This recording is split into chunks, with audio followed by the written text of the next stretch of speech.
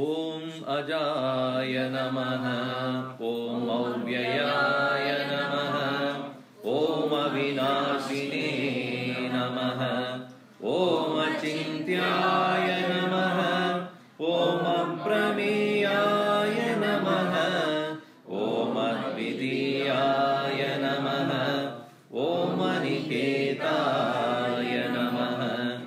ॐ अनुशासनप्रियाय नमः।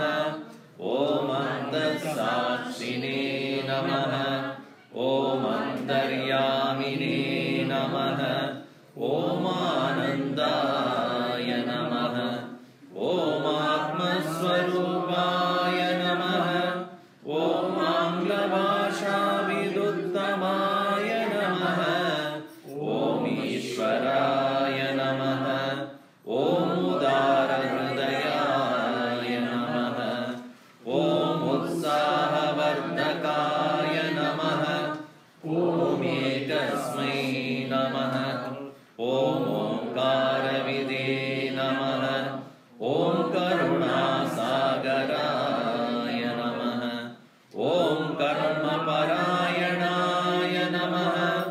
ओङ्कारातीताय नमः। ॐ कैवल्यस्वरूपाय नमः। ॐ कृतघ्मने नमः। ॐ कृतकृत्याय नमः। ॐ गीताज्ञानयज्ञप्रचारकाय नमः। ॐ गुरवे नमः। ॐ गुणातीताय नमः। ॐ ग्रन्थकृते नमः। ॐ चिन्मयाय नमः। ॐ छिन्नसंशयाय नमः। ॐ जगदात्मने नमः।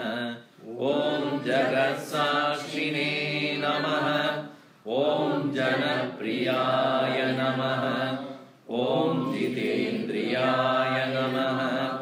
ॐ जीवब्रह्मैक्यविदे नमः। ॐ जीवन्मुक्ताय नमः।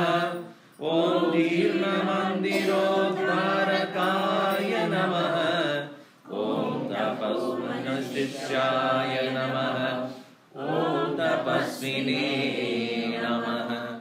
ॐ तापनाशनाय नमः। ॐ तीर्थस्वरूपाय नमः। ॐ तेजस्विने नमः। ॐ देहातीताय नमः। ॐ द्वन्द्वातीताय नमः। ॐ दृढनिश्चयाय नमः। ॐ धर्मसंस्थापकाय नमः। ॐ धीमते नमः। ॐ धीराय नमः।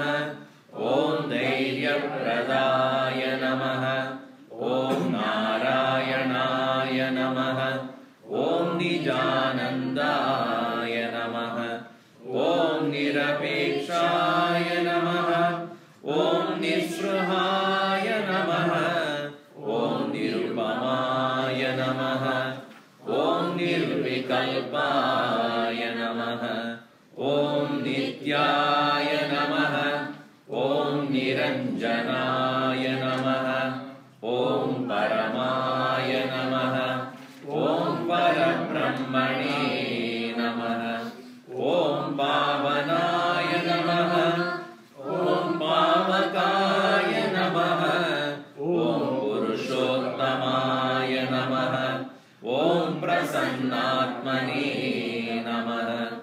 ॐ फलासक्तिरहिताय नमः। ॐ बहुभक्ताय नमः। ॐ बन्धमोचकाय नमः। ॐ ब्रह्मनिष्ठाय नमः। ॐ ब्रह्मपराय नमः। ॐ भयनाशनाय नमः। ॐ भारतगौरवाय नमः। ॐ भूम्ने नमः। ॐ महावाक्योपदेशकाय नमः। ॐ महर्षये नमः। ॐ मधुरस्वभावाय नमः। ॐ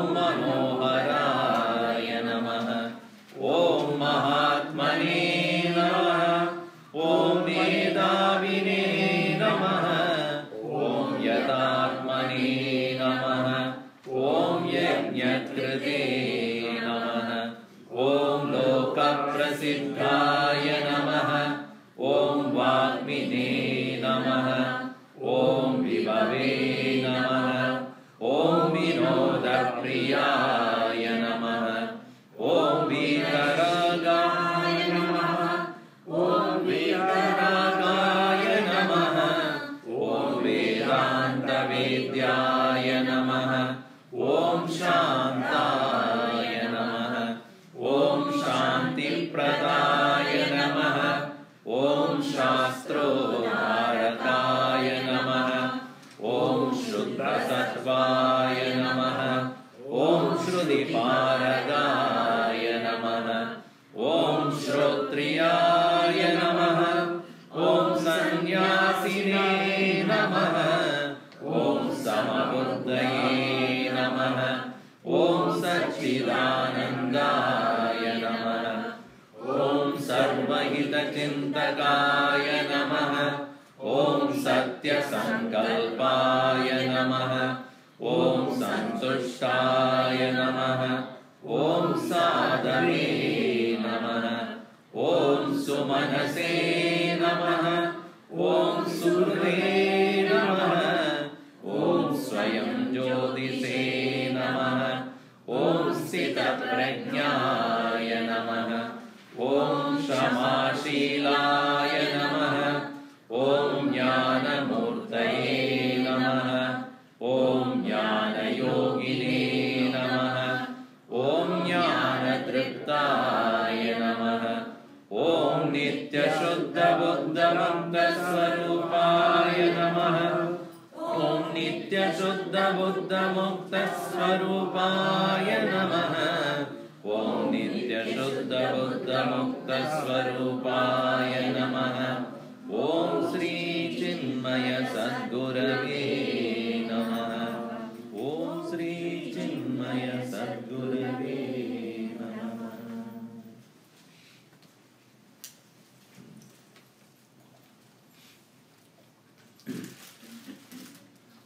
First of all, my thanks to the host for hosting. And within a short time, after having come from India, they are able to do it. That is really nice. And also, as a young couple, interested in learning this and keeping the child's name as Advaita itself. Vedanta. Oh, Vedanta. Okay. Vedanta, Advaita. Now, in the names that we have seen so far of Gurudev, what makes a person of highest knowledge able to be part of the world you and I live is because of compassion. There are many great masters, we have heard, who never had ever come out of their solitude and be part of the world of material things. In fact, it is the story, as you probably know, that Vedavyasa, the one who compiled the entire set of Vedas, the wisdom, and he was a great scholar and great saint also. And he had a son. His name is Shuka. And he was conceived by Vyasa's Vyasa's wife, obviously. But when it was time for him to be delivered, he would not come out. The boy was so advanced in his thinking, even as a child, even as an infant. Now, those who are planning to get married, please be aware. Or those who are going to have children, be aware. Number one, the child is extremely alert within the womb of the mother. Why? Because nothing else to do. You know, the child, we all have distractions, right? We have to see something or hear or browse the web, or phone, and all sort of things, video games. The child has nothing to do. All that it has to do is sleep, wake up, sleep, wake up. And waking up means what? There's nothing else to do. What does it then engage in? Listening. And so every mother, whatever she says, it is listening. That is the reason Prahlad, when he was in the womb of the mother, and Narada Muni went there and he constantly chanted the name of the Lord, and the child got it. So then when you are conceived, don't look at horror movies. Okay, your child will be horror only. You'll probably come with a small too. So that child, because Vyasa used to recite and give lectures to his own disciples, so when the time has come, he won't come out.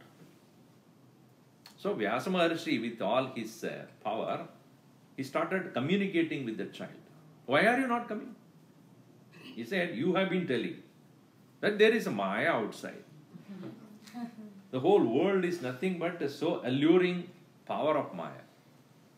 How can I be sure that when I come out, I will not be caught in that? So then Vyasa said, whether you like it or not, you have to come out. Well, let us see after you come out whether you get caught or not. Let us not worry about that. So reluctantly, that delivery took place. As soon as he came, unlike every other child, will they crying and looking for mother's lullaby and milk and all those things. This child, as soon as he came out, he started walking away, being away from everybody.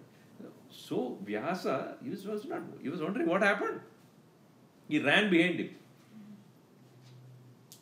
calling him out. Where are you going? What are you doing? I told you. I don't have a father. I don't have a mother. I don't have a brother or sister. None. Why? He says, this is illusion. So I do not want to be part of it. I am going away. Now, I'll stop the story here because the relevance here is that many of the Mahatmas who have thus gained the higher understanding or awareness do not become a part of the world where you and I live, with all different things to achieve, to accomplish, goals, things to entertain ourselves. None of this they are interested. Example is Swami Tapovana, Gurudev's own guru. Once he had reached that state of meditation, he never came to the world where you and I live. He was in the Ganga Tat, meaning at the Ganges bank, meditating most of the time. Many others also. See, Ramana Maharshi also, he stayed in solitude and people came to meet him whenever, but he never came out of that place. Never. Unlike such Mahatmas, we found people like Swami Vivekananda or Swami Chinmayanandaji continuously traveled. What does it mean by continuously traveling? It's not going here and there. Meeting people. Meeting people, meaning people whom he does not even know before. They were all having the regular problems of the worldly life. And our Guruji used to say, whenever he went to some places, when he was conducting classes or lectures, he would ask people, what is the subject you want to know? So they would say the highest text like Brahma Sutra and this and that, high text. And he would say that even if I teach them Brahma Sutra or many other high PhD level of teaching, at the end of the talk when he comes down, they'll say, Swamiji, I have a question for you. What? My son never listens to me. What do I do? Arey bhai, Brahma Sutra hai suna hai. You listen to the higher, but problems are lower level only. We may listen to some great, lofty, philosophical ideas, but our problems are, so mundane. So Gurudev, on the other hand, even though he had the highest wisdom he gained from his teacher and sharing with people, but he always remained grounded to the realities of life. What is that? To solve the problems of the people of the world. Mundane problems like, oh, no, how do I take care of the family? How do I do my right thing? How to make sure the children learn the right values? How to make the youth, feel responsible, productive. So these kind of worldly things only people ask for. He was never discouraged by this. He was never discouraged by questions of the worldly nature. In fact, his guru had warned him, saying that you have gained the highest knowledge, all right, but the moment you go to the world, you will be caught up in that maya of daily problems. You will ask simple, mundane questions. And how much ever high will be your knowledge, you will be pulled down to worldly level, for sure. So therefore, you don't get caught. Cautioning you. But Gurudev, having given the word to his guru, yes, your knowledge will definitely help me. Even if I go back to the worldly situations, I will safeguard myself not to become a victim of the worldly things. And it is because Gurudev was very aware of the workings of the mind. Our whole problem is we do not know how to take care of this mind. That is our problem. And that's the problem of everybody. Every one of us, please stay here. Movement, lot of movements here. That's source of the mind. You cannot stay in one place. Restlessness is the nature of the mind. So the nature of the mind being very restless, as even you are sitting there, a part of your mind is thinking about, when does he finish? When does he finish, then I can have it. And get ready for tomorrow's Super Bowl. Some of you are thinking already about it. Whom and all I have to invite? Which pizza I have ordered? I hope I have ordered the pizza. Somebody cautioned me, so tomorrow you have a satsang? Yes. Mamaji, nobody will come. I said, I don't care. Meaning, those who are really interested will be there. Rehne do bhai. Aren't they thinking? You don't get them. One more person. So Gurudev was aware of the workings of the mind because he was in that condition before. Every Mahatma is a normal, ordinary person to start with. But he started looking at the problem very closely, observed. What is the issue here? Why am I feeling depressed or rejected, unhappy, limited? What is that which makes me feel so conditioned, so limited? And once he had observed, he wanted to come out of it. Unless we know that we have a problem, we will never would have inclination to solve. You go to a doctor, what does he say? What do you want him to say? Everything is fine. Your blood level is good, your blood pressure is good, your HDL, LDL, cholesterol, perfect. And you will never hear that from him. That's why many people don't even go there anyway. क्यों नहीं जा रहे हो? He will say something, Swamiji. क्या करें? That's the same reason why people don't go to satsang also. Same reason. When we go there, we start becoming aware of our problems. Isn't that true? If you go to a doctor, he will tell you what the issue is. As astrologer also same thing. When go to show the horoscope I will call. Gadbad hai. I don't even know, but it's better don't tell me that. So he was aware, not only it is in me that the mind is a first and foremost enemy. Enemy means it is somebody who is constantly with me and I can't tolerate, or that is called enemy, right? A friend is one who can tolerate, enemy is one who can't tolerate. And this enemy is one, definitely it will never leave you. Kama esha krodha esha rajo guna samudbhavaha mahashano mahapapma vidhi enam iha vairinam. In Sanskrit, vairi means enemy. And in English, it became virus. Vairi become virus. Where it, in a computer also, when the virus is, you cannot do it. Suddenly it pops up something and everything slows down, isn't it? And you are working on it and then open the file. If it is internet connection, you can understand. But it's a local, inside the computer, you have a file and it won't open. Have you not had that experience? All of us had, whoever is used computer. So internet connection is like connecting to Bhagavan. Sometimes it takes its own time. Because internet connection is not good and it won't go. But internally it is not going through means mind. So many times we find ourselves not able to rest content with ourselves, then it becomes enemy. One who doesn't listen to you. Swamiji, that way my son is the first. He never listens to me. Or my daughter.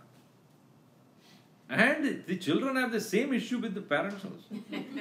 It's not one-sided. Huh? You ask them, whom you hate in your life? The two of them at home. And the one I don't like. Anything I say, they start saying anything, something. Never leave me alone. So Vairi is that who is close to you but not allow you to be happy. And that is the mind. So when he observed that this mind of mine is the one which is causing all the trouble, and I have to know how to handle it first. Then go beyond that.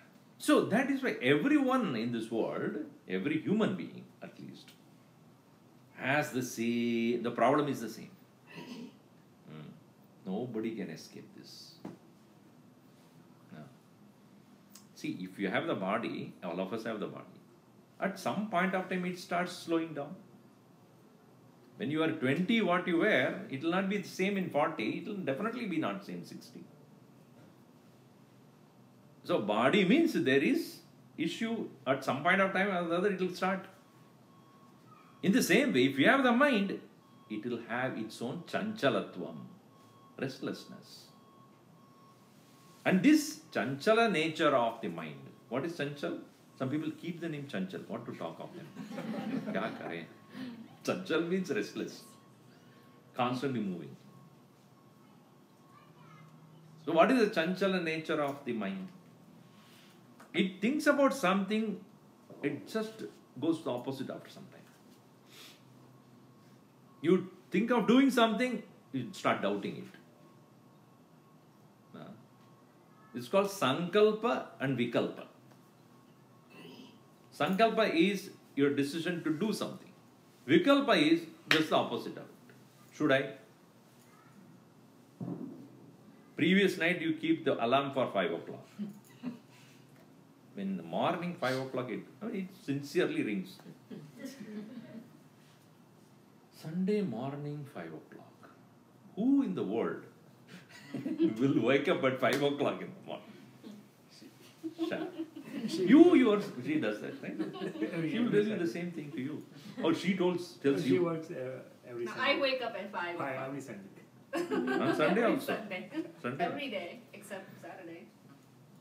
What I'm saying is, you the one who keeps the alarm at 5 is the same person who says, I don't want to wake up. Correct? This is called Vikalpa. January 1st, I want to do all my exercise, start doing. January 2nd, you say, forget it. I'm not going to do it. I want to go on a diet. You know why our gods are very thin? They are called deities. They go on a diet all the time because we give them food, but we don't offer. We take it away from them, show them and take it away. They cannot eat. I go on a diet. Next day you give up that. Swamiji, you are dieting? I said, yeah, I don't want to die eating. That's why I'm dieting. So you decide to do something, the same mind goes up against it.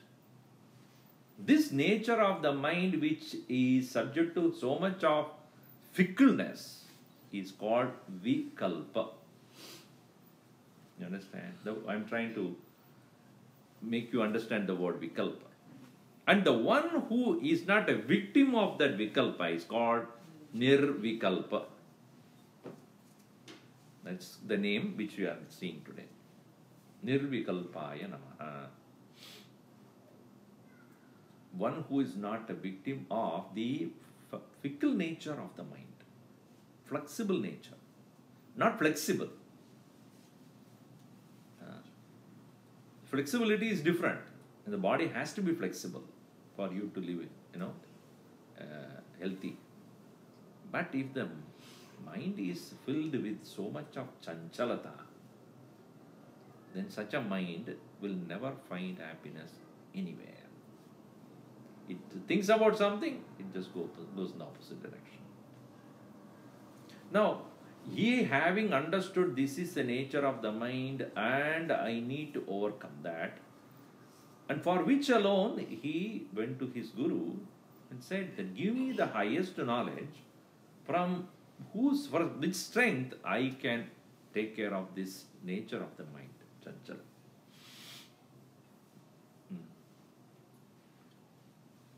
And we never should think that externally we can control the mind. Many people have this issue, this problem, that if my mind is restless, I'll take a pill. Yes, it will work. But how long? Until the effect of the pill is there. You know it. After some time, slowly it wanes away, again the problem starts.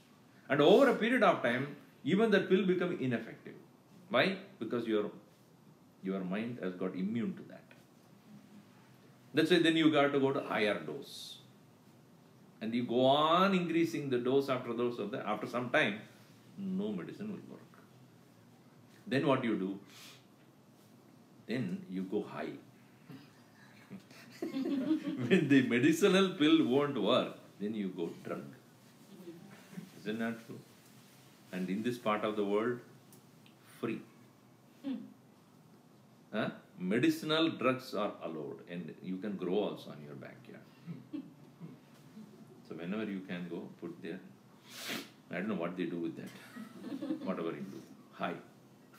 What do you mean by high? Where I want to get rid of the mind for a short period of time. Either that or drinking and so many other distractions. If you see anybody's life, if a person is watching TV or hiking, eating, all those things, you will find most of them are doing that because they get bored. What is boredom? I cannot stand my mind. Now, if there is a person, you can go to the next room. If it is your mind, what will you do? If I don't like this person, you stay here, I'm going there. That you have done with your wife or children or whatever. But if it is your own mind, what will you do? Wherever you go, it is there. The only way to do that is how to get rid of this mind. So I have to pay attention to something else. Keep your mind occupied with something else. And that is where all the entertainment comes. If you go on a Saturday evening to that basketball or baseball, this thing, filled with people. Paying money to get rid of their mind. See? Hundreds of dollars and thousands. Tomorrow you will see how much money is spent on that. Why? And I was told that Monday morning nobody goes to work. Everybody is in a high. high. Everybody's. All these are all the problems of the mind. And in the name of religion also it is the same thing. So the bottom line is the same. The problem is not outside. The problem is living with us, within us. But interesting thing is we can never predict it. If it is going to rain or if it is going to be sunshine tomorrow, you can look at Google or whatever. It's going to rain.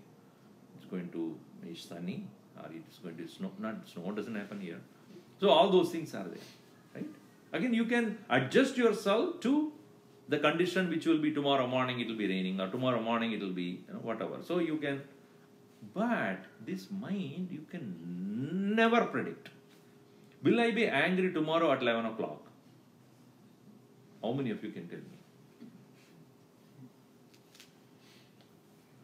About not me, about yourself.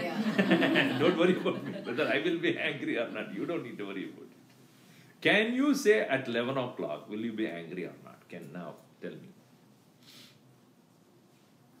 Unless you are habituated to wake up only at 12 o'clock every day, then it is a different question. I know exactly where I will be at 11 o'clock.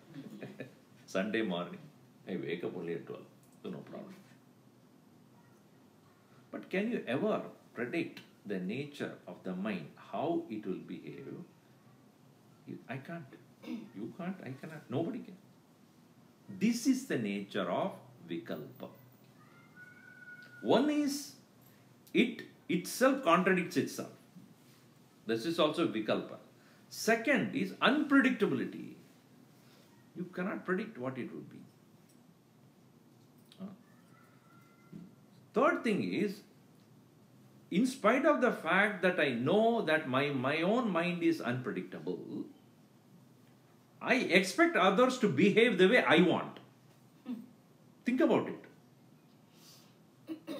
That person himself does not know why he is behaving like that, and why you are expecting him to behave like yours. Parents have the problem with their children. But he never listens to me. Did you listen to your parents when you were on that age? Think about it. That's what they said, that all the parents, they realize how much they tortured their parents when they were at that age. Once you realize that, you just accept it. It's just the parampara it is going. It is the same lineage coming. So I am not unable to accept the behavior of others. This is also the nature of the problem here. Fourth and most important thing is, I have never seen myself without the mind. And if at all, I am sleeping. That's the only time where entire world is at peace, because you are not there. And you do not have your mind. Never mind.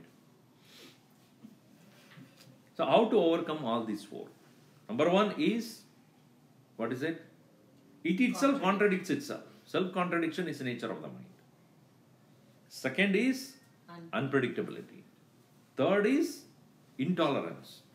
Fourth is mano-nash. I cannot get rid of this mind. Now, can anybody else help in this? As I said, if it is something external, yes. But if it is internal, it's my own. See, that's why when we are chanting any prayer, we say Shanti, Shanti, Shanti. First Shanti is about the problems that are occurring due to phenomenal forces, like storm or rain, tsunami, which I can't predict. Meaning I cannot stop it. It will have to be there. So my prayer is, may those forces which are beyond the human control or anybody's control, may it be peaceful. Second, I cannot decide how the others would behave around me. And because of which, let me not get disturbed. Shanti. Third, my mind. I do not know how it's going to be in any given situation. Therefore, I pray, I remain peaceful. Now, let us look at these four problems individually and how to overcome this. First one is that, we'll take from the last one to first. Mano-nash. Destruction of the mind. Is it ever possible? Is it ever possible for us to get rid of the mind consciously? When you're sleeping, obviously you can, because it happens. So our teachings in Upanishad, Gita, etc. say, yes, You can go beyond the mind. It is possible. For which you need to adjust these three. And therefore, let us keep the first one pending until we finish the other three. Second thing is what? I mean, the last but one is what before that? Intolerance. No, intolerance. The simplest understanding is what you cannot accept gives you problem. Problem in our life is not accepting a fact. Not accepting a fact. That's a problem. Let us say there is fire somewhere. Is it real lamp? No. It's a lamp. Okay, there is a lamp here which is lit. Now, what is the nature of that lamp or nature of fire?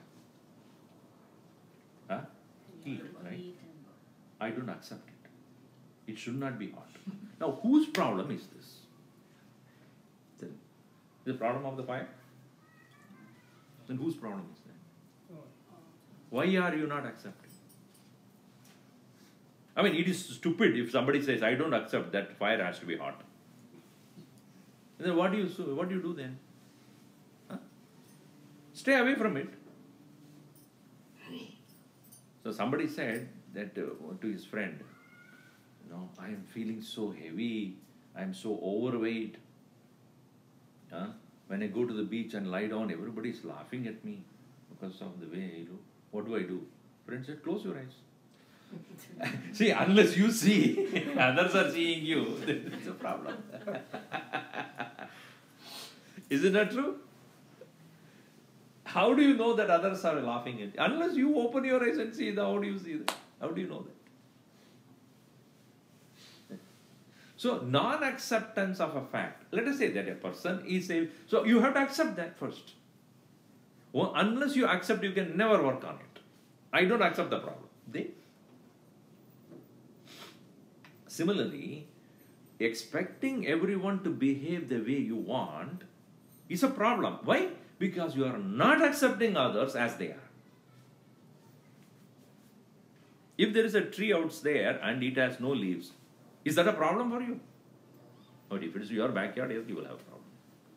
But the nature of the tree is that, it should have a red flower instead of blue flower. That's a nature. You can paint it if you want to. That's what nowadays they do. Take that and put it and dip it in a color and give it to you. And when I do the puja, I'm blue. My hand is blue.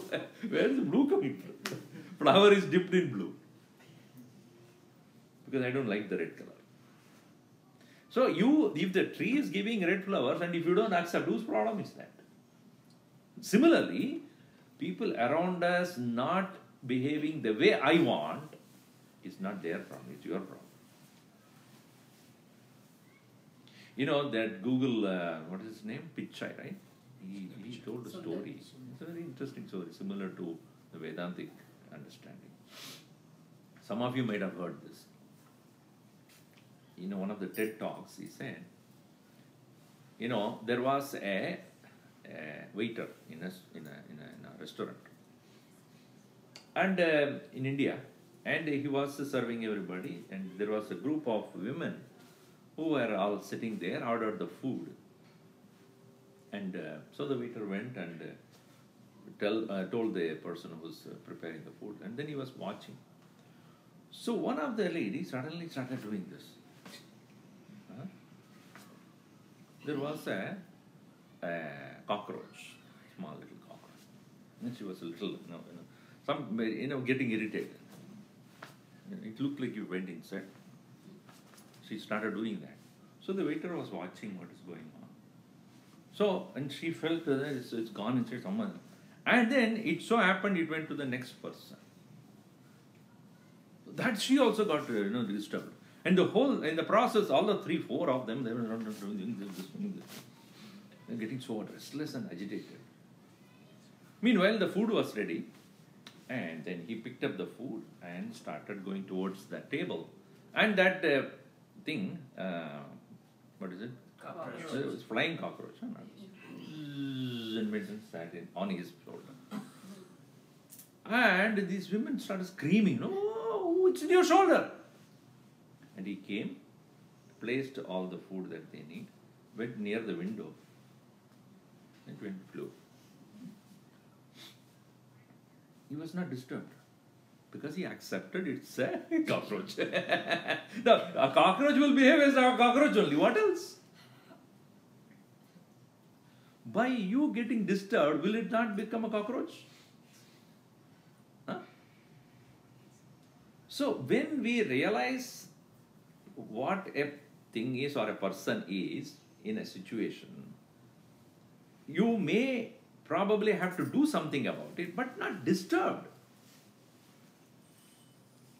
The intolerance is non-acceptance, correct? And that's a problem. You accept it as a fact. And if you can change it, work on it. If you can't, leave it to itself. You can't do anything about it. It's cold. It's cold. Who said it is not? Oh, it's hot. It's hot. What you can do? Open the door. That's all you can do. By sitting and crying about it, Shidoshana Sukha Dukkhadaha Agama Payinaha Anityaha Tan Titikshasva Bharata. Bhagavan clearly says, Titiksha karo. Tolerate the imperfections. No doubt, everybody wants to be perfect. The person who is seeking for perfection is one. I have read. One who is seeking perfection is one who takes a lot of pain to be perfect one and distribute that pain to everybody else.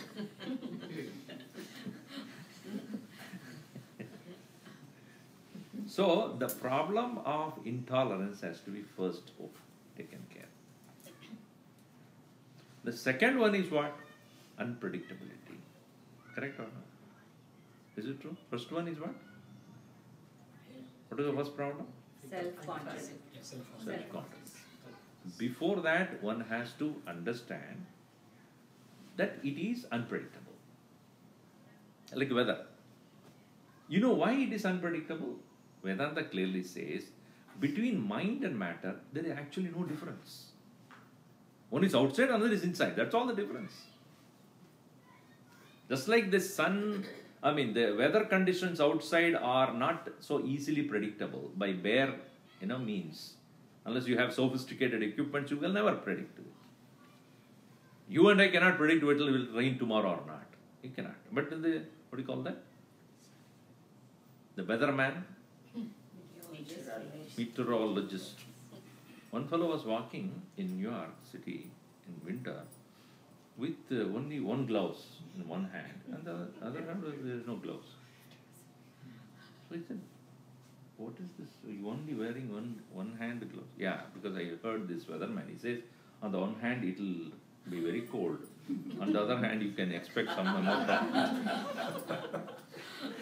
And that's a poor joke. Yeah.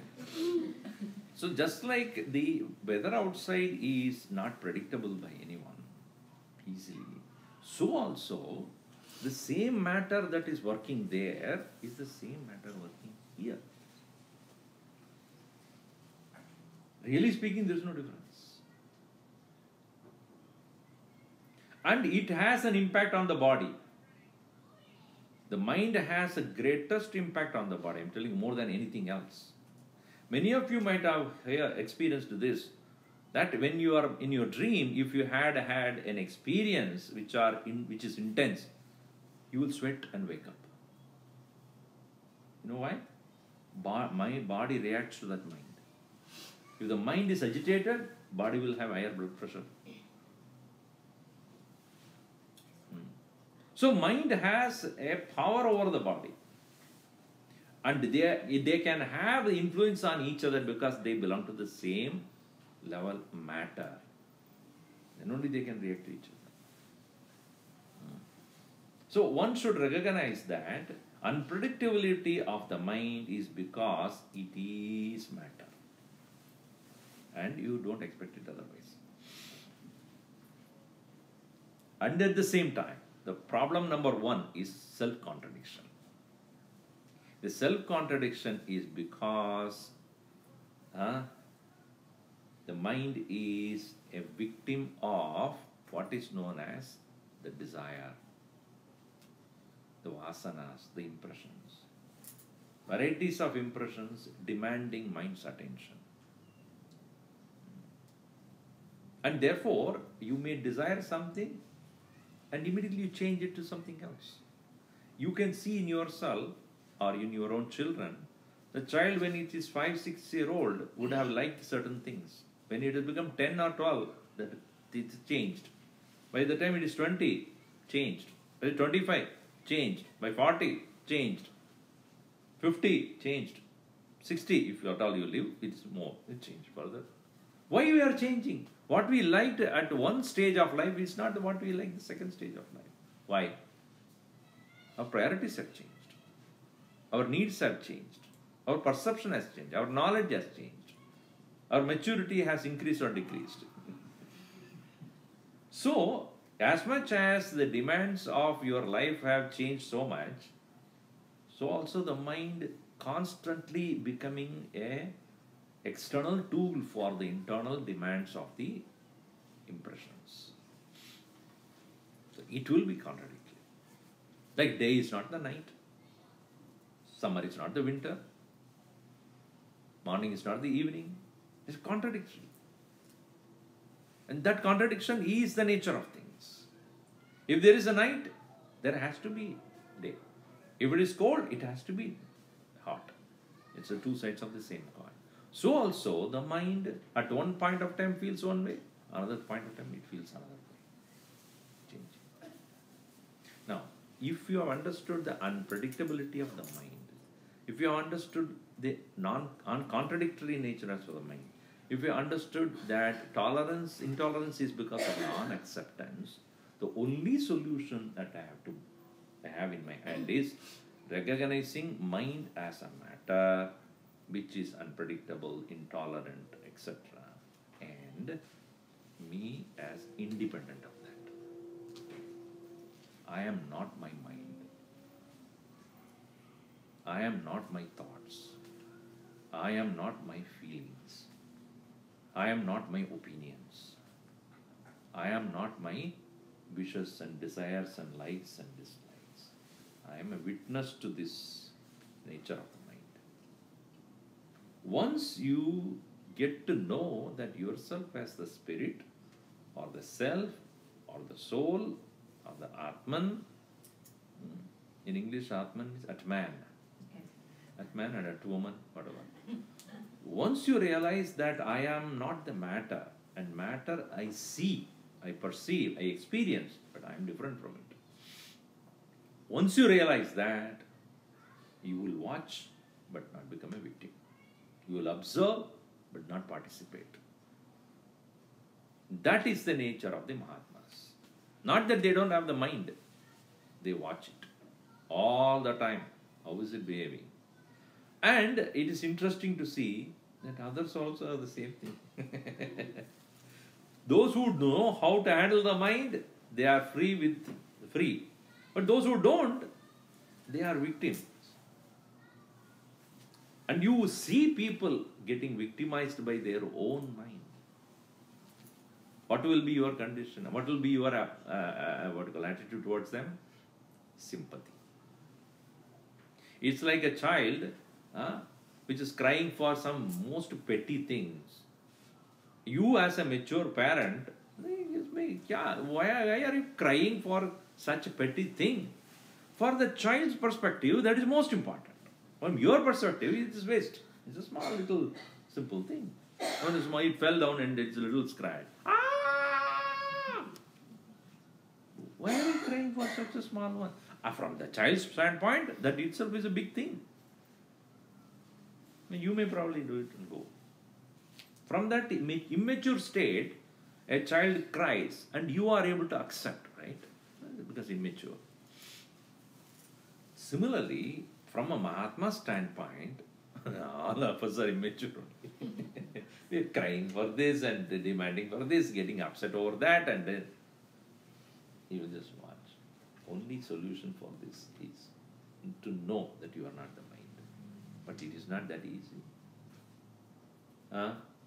It is like watching a movie, knowing that it's a movie. If you don't know it's a movie, then you become a victim of whatever is happening there. And only at the end of the movie, very good movie. So you should, if you have the knowledge of the fact that you are not the mind, even at the deathbed you will smile. Chalo, main ja raha hu. Bye bye, people. But our problem is, while coming, we cried. Why did I come here? While going, we do the same thing. Hare, you came crying, why did you come? While going, you should be happy. Yes or no? But do we? In between, we got attached. This is, I think, whose thing is Kabir ka Vani hai? Rote hue aaye. Something like that is there, na? Nahin? I have heard that. Those, we have come here in this world crying. And while going, crying. We should come live in such a way, when we go, we laugh, others cry. Eh? There is a one is there. The second stanza is like Karni aisi kariye, aap Sab roye, aap hase. Aap hase jag roye. Aap hase jag roye. Correct. How can he laugh while going? Because I'm not this. It is like when you have some furniture piece at home, which you have used, and you want to get rid of it, and somebody comes and says, "Can I take it?" Please. I'm so happy that you are taking it. In the same way, when you are leaving the body, chalo bhai, sab le lo, I am going. I have nothing to do with this anymore. So that can happen only when you know that it is not you. So this ability to detach yourself from the most closest of yours is mind than anybody else, anything else in this world. That if you know it is not you, that will be the blissful thing. And Bhagavan Krishna says in Bhakti, the field of Bhakti, Mayyeva mana adatsva, Mayi buddhim niveshaya, nivasishyasi mayyeva. Adavurdvam, no samshaya. Put your mind in me, then forget about it. I will take care of it. But we don't. We are so much, we are married to this mind. We cannot easily give up. So once we thus gain the correct knowledge from the Mahatmas, from great souls, who have lived and demonstrated this to us. A thought has arisen, chalo. We cannot. How difficult for us to give up a thought unless you have something else to pay attention to. Is it not true? A thought has come. I have to call this person. But when I call this person, he will have a long conversation. How will I stop that? Chalo movie dekhenge. Now what happened to that? You have postponed the problem. So you will see the movie for 3 hours. Then again, I have to call him. What to do now? What I do is, please, I won't tell you all. I put it on and I go do something else. I put it on and mute the mic, from my side. And it goes on and on and on and on. Once in a while I unmute. That's the problem. He wants to let it out. Go. Problem.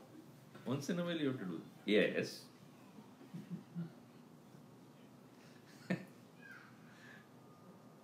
So you must know how to handle. You cannot escape too far from there. So this great knowledge will help you to move ahead and let go the mind. That's why Ramana Maharshi says that any other technique by which you try to get rid of the mind is temporary. Some people do pranayama. Pranabandhanat liyate manah jala pakshivat rodha sadhanam. Mind gets subsided by control of the breath also. Because mind and the breathing are two levels, two aspects of the same thing. Two Shaktis, two powers that are working. One is called Prana Shakti, another is called Mano Shakti, Manas Shakti. So when your breathing is quiet and regulated, mind becomes calm. No doubt about that. But mind cannot be gotten rid of. Layagadam punar bhavati no mrutam. Again it comes back. In the night you give it up, right? The mind. But morning it again is there. It is that what wakes you up. Come on, get up. Not your alarm, but your mind. That is what wakes you up really. Because kuch karna hai. Your karma working through the mind is that what is waking you up. So therefore, those who realize that I am independent of the mind, let the mind and its peculiarities continue. I am not going to be affected by that. Such a person is referred as Nir-vikalpaaya. One who is not a victim of the mind. One who has gone beyond the peculiarity, idiosyncrasies of the mind. And such a person alone can tolerate others' stupidities. The imperfections of others, he will look at it with great sympathy. If somebody cannot walk, will you complain? You have sympathy, right? Okay, let me help. Let him cross. So you helping him to cross is out of compassion for the one who could not do it. Similarly, Mahatmas come to the world of ours. As I said, some of them will say in solitude, they are not bothered about it. But people like Gurudev and others, who became part of our life, who became a part of the worldly things. But at the same time, they were standing above. Not udasinavat asina. Ud asina means staying above. So they remain udasina, detached, untouched. So that is what we come to learn, not out of fear, not as an escapism, but, claiming their inner freedom. I claim my inner freedom. Therefore, I am not going to be a victim of what is happening. Such people can tolerate anybody's stupidity. They were able to, in place of intolerance, there is compassion. Karuna saga. So, it's like, for example, Christ also put on the cross, nailed down. What was his statement? O Lord, they know not what they are doing. Please forgive them. How can he say that while he was persecuted? Because he knows it's their stupidity. They don't know what they are doing. Please forgive them. What a magnanimity it is. Is it not true? Somebody is torturing you and you are saying, just, it's okay. That requires so much of strength. And it is because he has accepted that his own mind is unpredictable, intolerable, whatever it is, a wiry of its highest kind. So is the nature of everybody around. So, not fighting, not intolerance, not trying to get it up through any other means of distraction, not running away from it, not denying it, but accepting it. That is how Mahatmas live. So to such a Mahatma who is our own Pujya Gurudev, who finally left his body in the year 93, and this year is 25th year after he left his body. That's why we have these satsangs. To fondly remember the great personality who had lived amidst us, taught us how to live, and even now guiding through his books, through his lectures that you are watching, his books and lectures and many other means. So our salutations to such a great personality. Om Sarve Bhavantu Sukhinah, Sarve Santu Niramayaha, Sarve Bhadrani Pashyantu, Ma Kaschid Dukhabhat Bhavet. Om Shanti Shanti Shanti. Hari Om Shri Gurubhyo